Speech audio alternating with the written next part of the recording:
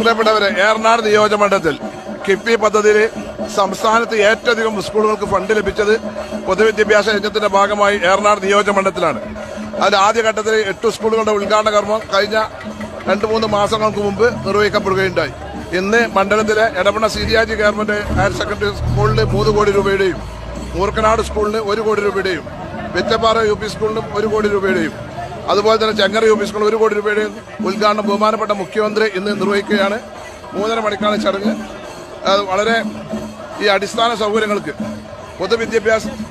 വിദ്യാഭ്യാസം ഏറ്റവും നല്ല രീതിയിൽ എത്തിക്കുന്നതിന് വേണ്ടിയിട്ടുള്ള ഒരു ലക്ഷ്യത്തിലേക്കുള്ള ഒരു പ്രയാണത്തിൽ നമുക്ക് എല്ലാവർക്കും കയ്യോർക്ക് മുന്നോട്ട് പോകാമെന്ന് മാത്രമാണ് പറയുന്നത്. ഇതിന് ഫണ്ട് അനുവദിച്ച സംസ്ഥാന ഗവൺമെന്റിനെയും കിഫ്ബിയെയും അഭിനന്ദിക്കുന്നു.